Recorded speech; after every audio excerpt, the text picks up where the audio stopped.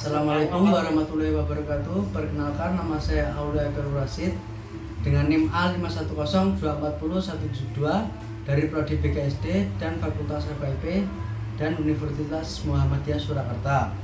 Di sini saya akan menampilkan contoh kegiatan membaca cerita untuk mengembangkan kemampuan kognitif siswa, khususnya pemahaman baca dan dapat meningkatkan berpikiran logis. Saya akan menjelaskan tentang mengembangkan kemampuan kognitif anak melalui kegiatan membaca cerita. Membaca merupakan salah satu keterampilan dasar yang sangat penting untuk dikembangkan sejak dini. Melalui kegiatan membaca, anak-anak tidak hanya mengenal huruf dan kata, tetapi juga melatih kemampuan berpikir, mengingat, memahami alur cerita, serta menarik kesimpulan dari teks yang dibaca. Dalam konteks pengembangan kognitif, membaca memberi banyak manfaat. Anak belajar mengurutkan peristiwa, memahami hubungan sebab akibat, hingga menyampaikan kembali informasi dengan bahasa mereka sendiri. Melalui video ini akan diperlihatkan bagaimana kegiatan membaca cerita bergambar dapat menjadi sarana untuk mengembangkan kemampuan kognitif siswa sekolah, khususnya dalam aspek pemahaman bacaan dan berpikir logis. Selanjutnya, tujuan kegiatan yang pertama, melatih kemampuan kognitif siswa sekolah dasar, khususnya dalam memahami isi bacaan dan berpikir logis melalui kegiatan membaca cerita bergambar. Yang kedua, membantu siswa mengembangkan kemampuan berpikir kritis dan reflektif terhadap pesan atau nilai dalam cerita. Dan yang ketiga, menunjukkan bahwa membaca dapat menjadi sarana pengembangan berpikir, bukan hanya untuk memahami teks, tetapi juga untuk melatih keterampilan kognitif dasar.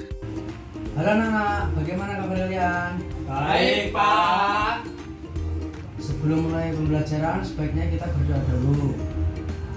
Menurut kepercayaan dan agama masing-masing, berdoa dimulai.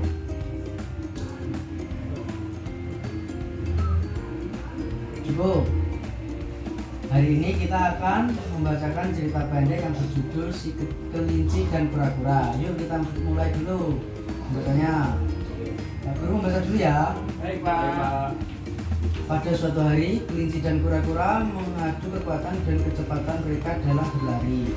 Si kelinci sangat percaya diri dan yakin dirinya akan menang. Ia yakin kura-kura tidak akan bisa mendahului karena kura-kura berjalan sangat lambat.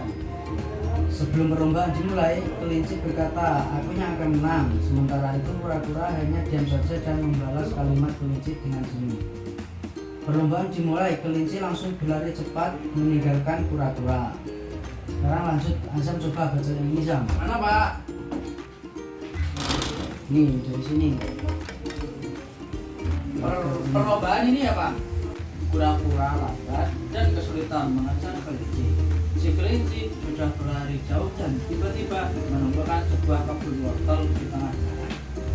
Karena yakin kura-kura tidak akan bisa mendahulunya, si kelinci mampir dulu untuk makan.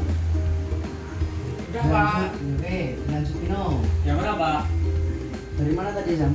Yang ini saya terakhir yang makan, Pak. Mampir untuk makan. Oke, dilanjut Pino. Yo. Kelinci makan wortel dengan lahap sambil beristirahat. Selesai makan, ia malah ketiduran. Sementara itu, kura-kura berusaha sekuat tenaga untuk bisa di garis finish. Sudah, Pak. Sampai akhir dong, Bro. Kelinci tidak menyadari bahwa ia sudah tertinggal dari kura-kura.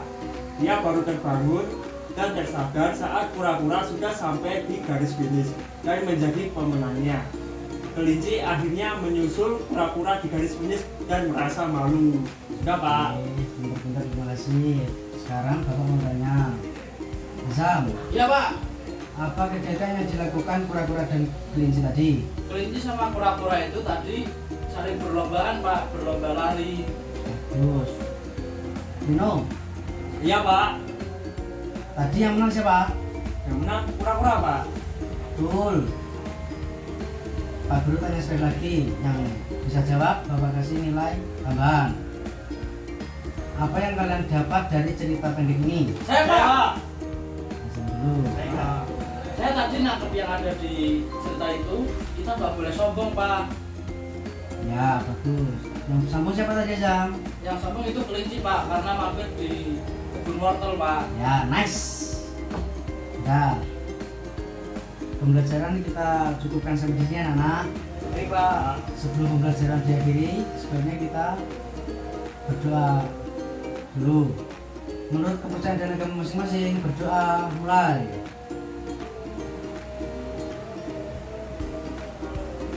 Selesai. Sekian kekurangan dari Bapak. Wassalamualaikum warahmatullahi wabarakatuh. Waalaikumsalam warahmatullahi wabarakatuh. Kesimpulannya adalah membaca bukan hanya kegiatan melafalkan huruf, tetapi juga merupakan sarana penting untuk mengembangkan kemampuan berpikir anak. Melalui kegiatan membaca cerita bergambar, siswa dapat belajar memahami isi bacaan, mengurutkan peristiwa, serta berpikir logis dan kritis. Kegiatan sederhana ini terbukti efektif dalam melatih aspek kognitif anak usia sekolah dasar dengan cara yang menyenangkan dan bermakna. Oleh karena itu, guru perlu mengintegrasikan kegiatan membaca pemahaman dalam proses pembelajaran sehari-hari agar pengembangan kognitif siswa dapat terasa secara optimal.